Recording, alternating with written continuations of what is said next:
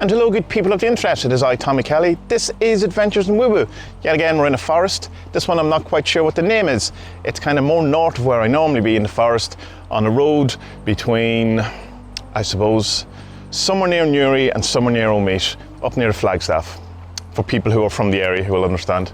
So what I want to talk today about is a bit about something that kind of has been on my mind for the last couple of years, and I kind of fell out of it a bit because of the lockdown and the pandemic, and because we were all kind of essentially stuck at home.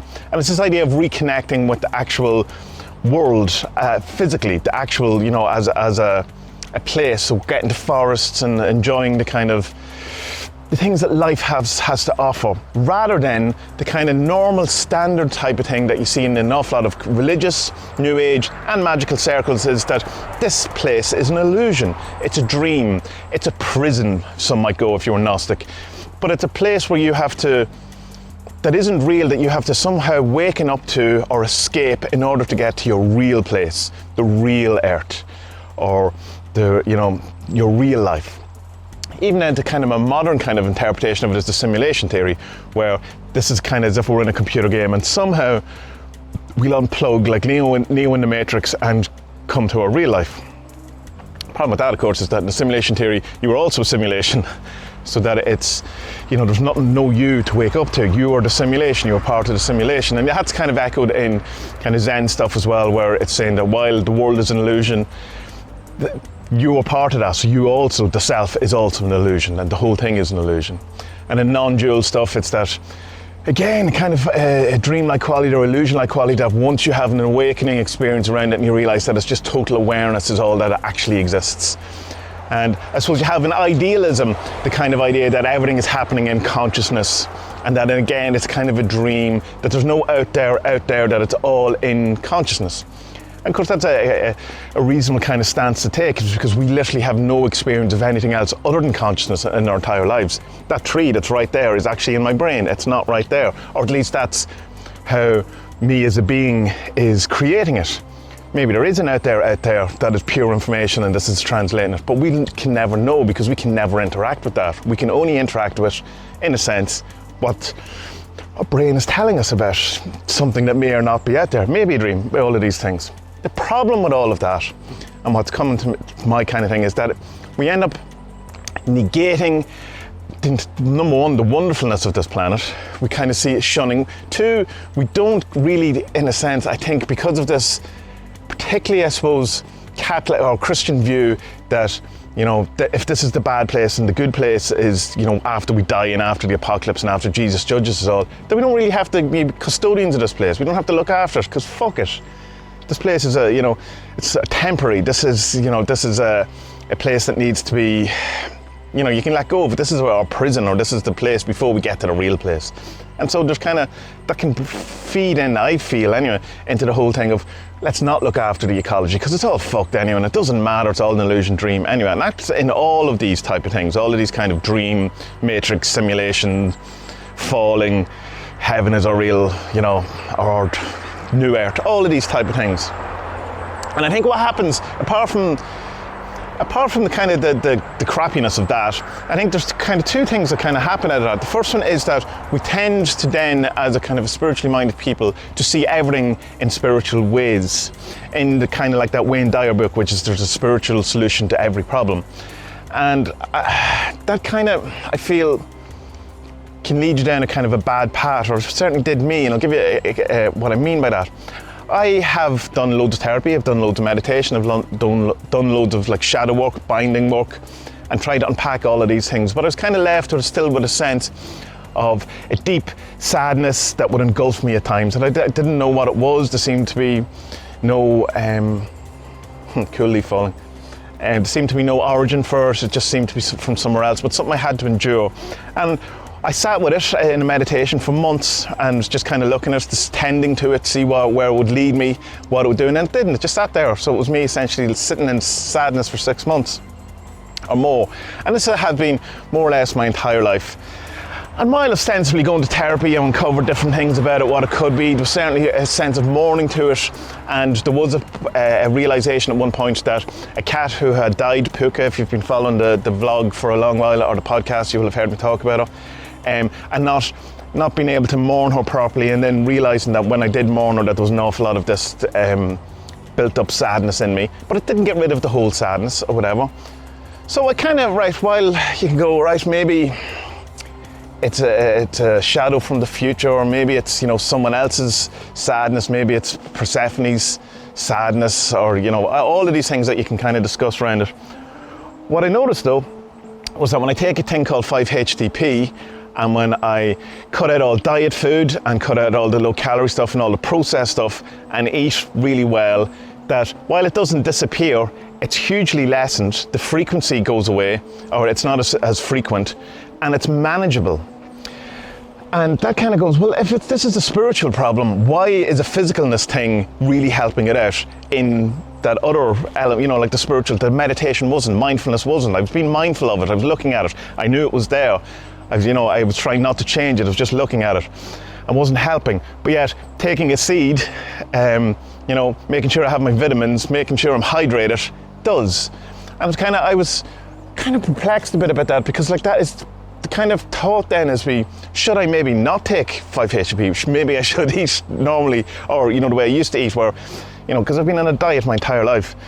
So I probably have a lack of nutrients or whatever, but maybe that's, and I've been a vegetarian for 30 years or whatever it is at this point. So, you know, that there is a physicalness to it. And never once in therapy was I asked about my diet or, you know, anything. Never once was I asked when I went to the doctor about depression, never was I asked about my diet. In fairness to Reiki, I was definitely asked about my diet and my lifestyle and stuff like that. And that seems to be something that does happen in more alternative or holistic medicine type things.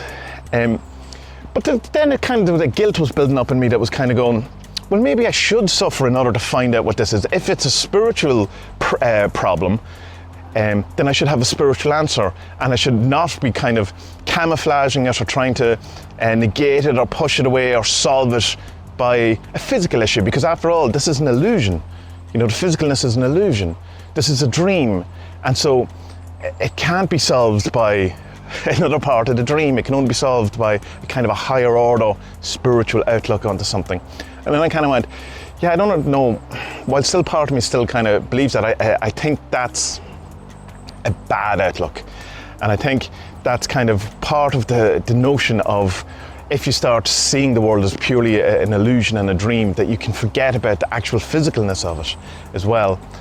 How important that is, how important kind of the looking after your physical body is. And I remember years ago talking about when I'd lost some weight originally, I'm trying to be healthy, whatever. A couple of people just mentioned, goes, I've no interest in in that, well, you know, because, you know, your life or physicalness is an illusion, or what, I can't remember the exact words, but it was along that way. And I was like going, that's interesting that we have this kind of outlook, you know, that to shun the humanness, the physicalness. And of course, how could we not? Because every single institution, religious or kind of, you know, that kind of thing, tells us this, from Buddhism to, you know, to Christianity, to Magick, to non-dual, to, you know, take your pick. Now, of course, there is ones that don't do that.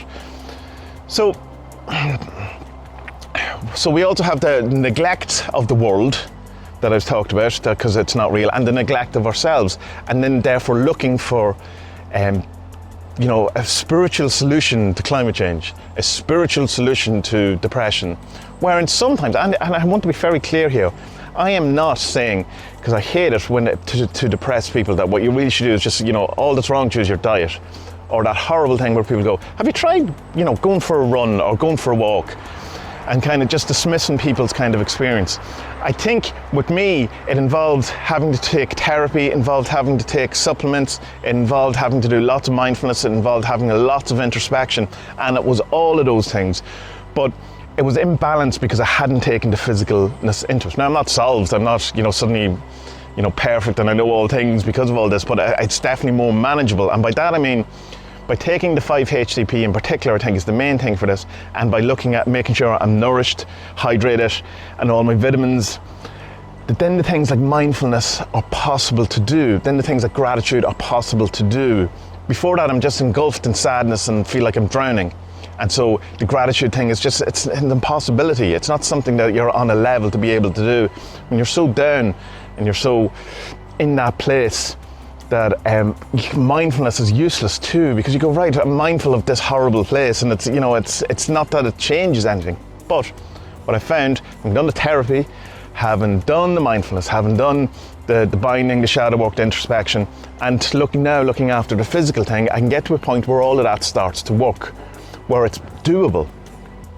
You know, it's like trying to, I suppose in one sense, trying to mindfulness your way out of a hangover, where you go, you know, you just can't, because it's an actual physical thing. You know, you have a headache, you're dehydrated, you know, you're poisoned, all of these things, and gratitude's not going to get you out of a hangover. It obviously will have an impact in it, but it's like, I think I was kind of imbalanced in that I was basically essentially doing, there's a spiritual answer to every problem. And hold on, try to readjust again. The thing that happened to me about 2 years ago, where I started going out into forest, started kind of getting really interested in plants again and trees, and going out with my iNaturalist app, trying to find out everything. And I was really connecting and really felt, you know, I belonged in a sense to this world, rather than being the interloper like I talked about in a recent blog post.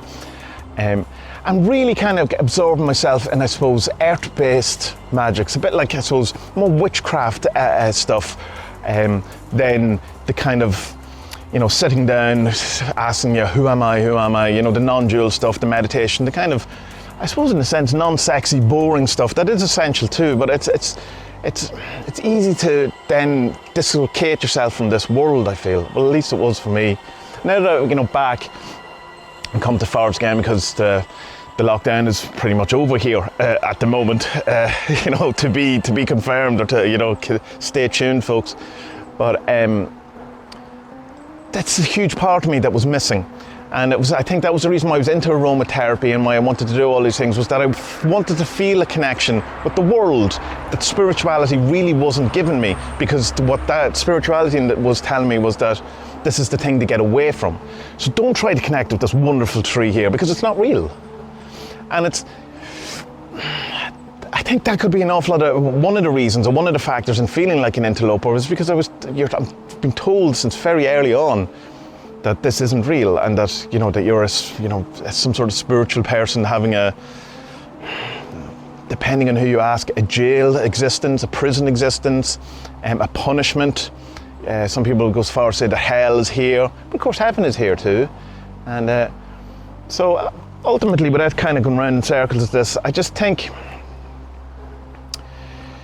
that we can kind of, as a community, or I'll speak only for myself, I can kind of, and I did have the kind of notions around the idea that you must solve everything from a higher order spiritual thing, that this is in a sense a reflection of the world, as a reflection of your inner spiritual world, rather than being in a sense something to be considered as equal in a sense, or real.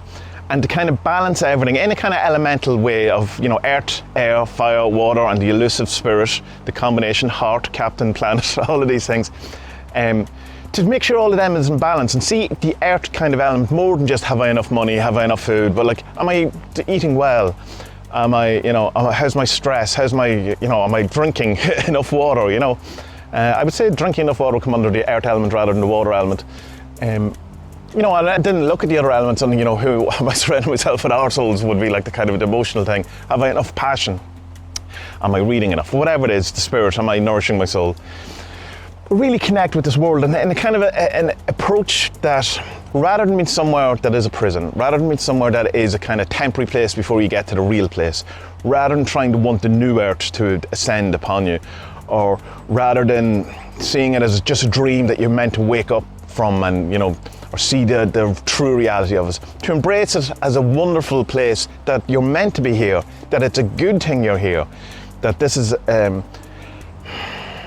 you know, the opposite of what we're kind of taught, that this is a worthwhile place, that it's not something that you ended up here because of something bad happened, or something wrong you did, or that it's something you fell into a dream and you need to escape it, and this constant trying to get out of this, to really connect with this and look at it.